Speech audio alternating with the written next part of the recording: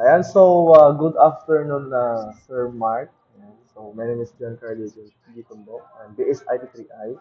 So the title is Laravel Development Midterm Assessment Briefing. Ayan, College of Information Technology, year 2025 to 2026. Ayan. So assessment 1, form handling and validation. Validation. So number 1, importance of form handling and validation. Validation is crucial for data integrity, ensuring data is accurate and correctly formatted, and security, preventing malicious input like script injections is the first line of defense against corrupted or harmful data. Number 2, Laravel security features. Laravel employs several features to prevent common attacks. CSRF tokens prevent cross-site request forgery.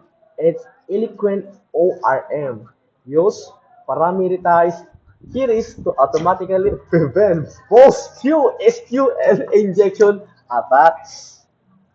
Ayan, so number 3, building and validating in Laravel form. Number 3, form creation and submission flow.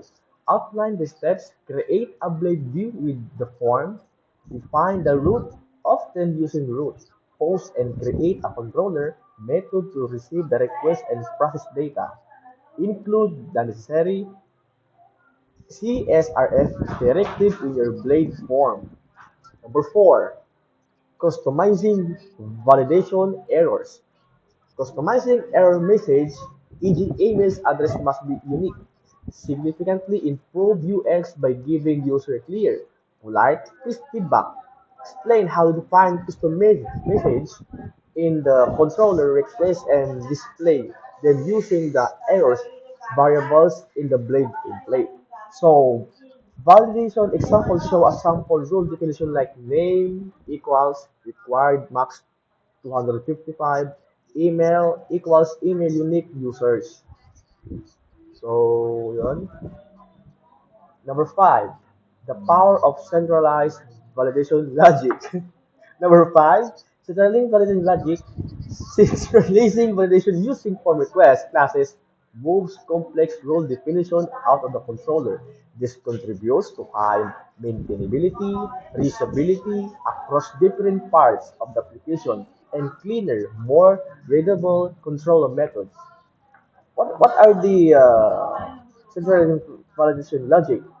Number 1 is promotes the simple responsibility principles. Number 2, allows automatic authorization checks for requests. Number 3, simplifies testing and maintenance of complex rule sets.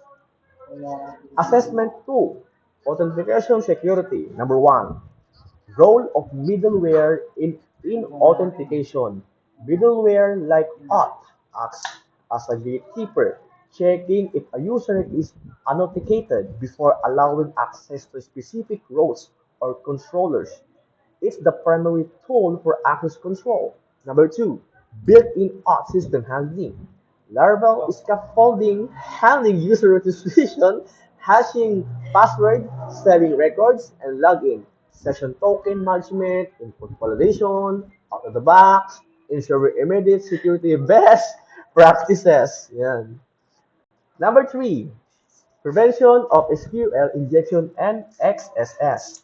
Laravel prevents this via one increment ORM, parameterized queries for database, interaction SQLi, and two automatic escaping data using the variable.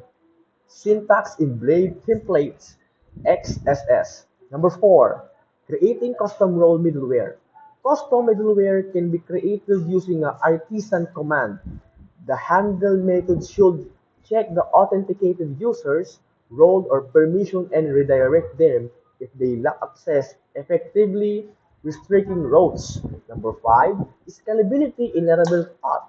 Scalability is achieved through efficient session management, e.g., using Redis for centralized storage by adopting token-based authentication like Laravel Sanctum for APIs, which is inherently stateless and highly scalable. Assessment 3, mastering code operation. This create, read, update, and delete code paradigm form the foundation of almost all data-driven application Laravel and streamlines this process through controllers and models. Create with validation, delete with audit, read with authorization, update with integrity. So implementing create, read, and update. So number one, the create operation. K-step display the creation form blade view, receive data post route, validate and sanitize input, and the use model elegant to save the new record to database. Number two, data validation and sanitation. Validation check data quality before it hits the database. Laravel built-in validation. Methods sanitize by rejecting or cursing input types, ensuring that all expected clean data is processed. Number three, the read operation R.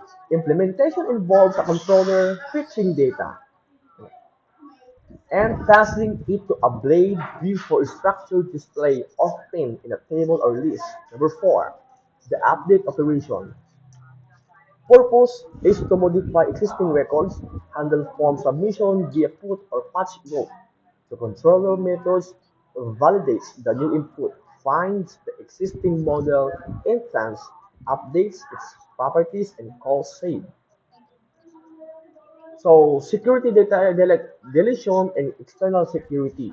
Number five, security delete operation ensures security by using authorization module to check permission before deleting.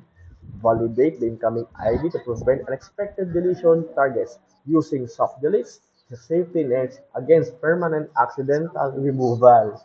So number four, Google Lookup interrogation. So number one, purpose of reCAPTCHA is a distinguish human users from both preventing spam, brute force attacks, and automated abuse of forms, thereby enhancing application security. So number two, obtaining and registering case. Register your domain with Google Obfuscip site, public and secret server side case, and updating the domain critical when moving from local host to production to ensure the keys are valid and trusted by Google service. So number three, integration process. Install a Laravel friendly RCAPTCHA package at the site key to your NAV file and read the RCAPTCHA field in the blade form using the package directive. Number four, validating responses. Validation of your server side in the controller, the secret case is used to securely communicate with Google APIs to verify the token received from user form submission failed. Verification should reject the form. So number five, handling customers errors. Customers error message. Please confirm you are not robot. Ensure the better UX will not generate. Invalid input message. This is typically handled within the validation rules message of the form request or controller. So that's it for the presentation. And thank you very much, Sir Mark Corpus, and thank you.